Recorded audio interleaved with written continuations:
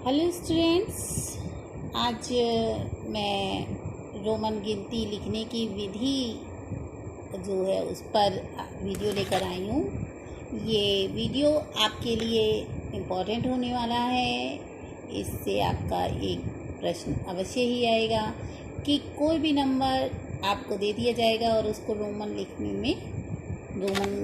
लिखने के लिए बोला जाएगा, या फिर रोमन दे दिया जाएगा और उससे अंक को पूछा जाएगा, चाहे अंतर्राष्ट्रीय अंक में या फिर आपकी देवनागरी लिपि में, किसी में भी लिखने को कह दिया जाएगा। अब बात करते हैं रोमन गिनती लिखने की विधि। मैंने पिछले वीडियो में कुछ नियम आपको बताए थे, तो उन्हीं नियमों को लेकर जो है हम इसको सीखते हैं कि रोमन गिनती लिखने के क्या एक विधि है। तो हम सबसे पहले बात करेंगे नंबर 1 की। जो ये अंतर्राष्ट्रीय अंक 1 लिखा हुआ है, इसको अगर हमें रोमन अंक में लिखना होगा तो पिछले वीडियो में मैंने आपको नियम बताए थे कि 1, 2, 3 के लिए आप केवल लाइंस यानी रेखाओं के माध्यम से ही हम रोमन अंक को प्रदर्शित करते हैं। तो 1, 2, 3 के लिए तो आप सीधे सीधे बना दीजिए। क्या 1 के लिए 1, 2 के लिए 2 लाइन्स, 3 के लिए 3 लाइन्स, 4 के लिए।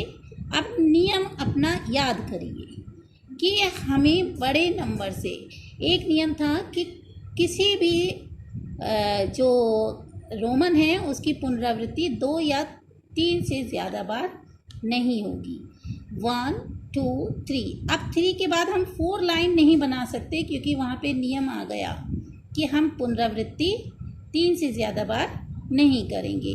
तो अब क्या करें? तो अब क्या करेंगे कि उन्होंने दे रखा है 5 के लिए एक सिंबल बनाया हुआ है कि आप 5 के लिए V का प्रयोग करेंगे। अब इस V को हमने 5 जान लिया है, तो अब अपना एक नियम और याद करिए कि 4 क्या है? 5 में से एक लेस है, यानी कि V में से हम 1 को घटा देंगे, तब हमें 4 मिल जाएगा। अब इसमें एक नियम था कि कम होने पर हम उस नंबर को उसके बाईं ओर लिख देंगे, तो ये क्या हो जाएगा आपका IV। तो 4 के लिए आप क्या बन गया? IV। समझ में आ गया स्टूडेंट्स? उम्मीद करती हूँ समझ में आया होगा। 5 के लिए फिर 6 है। 6 का मतलब है कि ये 5 में 1 जोड़ा गया है। तो एक नियम अपना याद करिएगा कि V हो गया और इसमें +1, तो क्या हो जाएगा? जब हम दाईं ओर ही लिखते हैं तो उसका योग होता है, तो ये क्या बन गया? 6।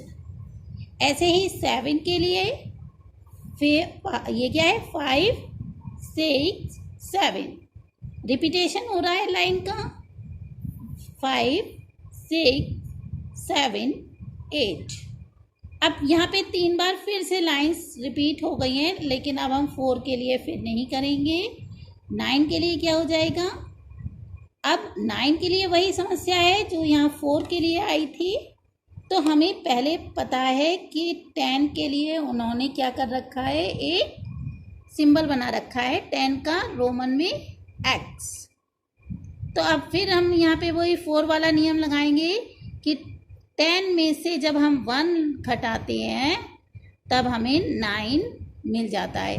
तो हम X में से जब 1 घटाएंगे तो हम घटाने वाले नियम को लगाएंगे, तो हम ये घटाने वाला जो नंबर था उसको हम उसके बाईं ओर लिखेंगे, तब हमें वो रोमन नंबर मिल जाएगा। तो ये क्या हो गया? IX क्या हो गया? 9। अब फिर वही चलेगा 11 के लिए X, और क्योंकि ये 10 हो गया और 10 और 1 11। 12 के लिए 10 + 2, इसका मतलब है 10 के लिए X और 2 के लिए 2 लाइन। 13 यानी 10 + 3 यानी X और 3 लाइन।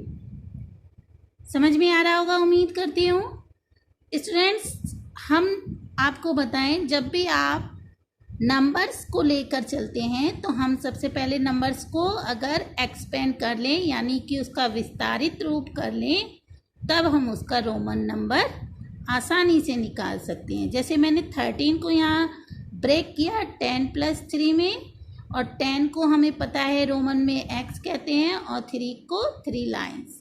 अब देखते हैं 14 के लिए। 14 के लिए क्या करेंगे, वही चीज़, इसको पहले ब्रेक कर लीजिए 10 और +4, इसका मतलब 10 के लिए x, और 4 के लिए पिछला हम सीख ही चुके हैं, 4 के लिए IV। ये हो गया आपका रोमन 14। यही चीज़ आप 15 के लिए करेंगे, 10 + 5 = 10 के लिए x और 5 के लिए v है। ऐसे ही करके हम ये सारे नंबर निकाल सकते हैं, लेकिन आता है जब 20 तो हम x 10 हो गया, यानी 10 + 10, तो हम क्या लिखेंगे x और x, ये हो गया 20। 21 के लिए 10 + 10 + 1, यानी कि x 1, या 20 + 1 भी लिखेंगे तो 20 तो हम सीख ही चुके थे कि x। ये क्रम वैसे ही चलेगा। कब तक चलेगा, ये चलेगा आपका 30 तक। 30x x, क्योंकि यहाँ पर भी आप 29 के लिए 20 + 9 करेंगे, तो 20 के लिए आपको पता पीछे लग ही चुका है कि XX, और 9 के लिए भी पता लग गया था IX। ये हो गया आपका 29। 28 के लिए भी यही है, 20 + 8, 20 आप सीख चुके हैं, XX और 8 आप सीख चुके हैं, ये हो गया आपका 28। तो ये क्या बन रहे हैं आपके रोमन नंबर बन रहे हैं। 27 भी यही, 20 + 7, 20 के लिए XX और 7 के लिए 5 6 7। ये चला आपका 30 के बाद वही फिर 1 2 3 इसमें जुड़ता जाएगा, और कहाँ तक जुड़ेगा 39 पे आएंगे आप। 40 के लिए हम 4 बार x नहीं लिख सकते। क्यों नहीं लिख सकते, क्योंकि रोमन का नियम यही है कि किसी भी जो रोमन का जो नंबर प्रदर्शित कर रहा है उसका रिपीटेशन नहीं होगा। तो यहाँ पे क्या हो जाएगा 40। अब हमें 40 के लिए क्या पता होना चाहिए, फिर 50 होता है आपका L। 50 क्या होता है L। तो जब 50 और 40 कितना अंतर है इसमें 10 का, यानी 50 में से हम 10 को लेस करेंगे तो हमें 40 मिलेगा। तो 50 में से 10 लेस करने के लिए L में से हम x को घटाएंगे, और घटाने पे हम क्या लिखते हैं उसके बाईं ओर, यानी x और L, इसका नंबर प्राप्त हो जाएगा। XL प्राप्त हो गया आपको 40 का। अब वही चीज़ फिर 41 पे आ जाएगी, XL 40 और 1 के लिए 1, 42 XL 40 और +2 लाइन्स। 43 के लिए भी यही है। 43 के लिए क्या है कि 40 + 3, 40 हमें पता ही लग गया है XL, और +3 के लिए 3 लाइन, 1 2 3 और 4 5 6 7। अब हम कहाँ पे आ गए 50 पे। 51 यानी L1 L2 L3, ये क्या हो गए आपके 53 52। इस तरीके से आपको क्या क्या नंबर पता होना चाहिए, पता लग रहा है ना। 50 आपको लर्न करना है, तभी आप 40 का निकाल पाएंगे। और इधर तो 1 से लेके आपको 3 के बाद 5 का लर्न पता होना चाहिए, V X पता होना चाहिए, और L पता होना चाहिए। आप सारे निकाल लेंगे नंबर।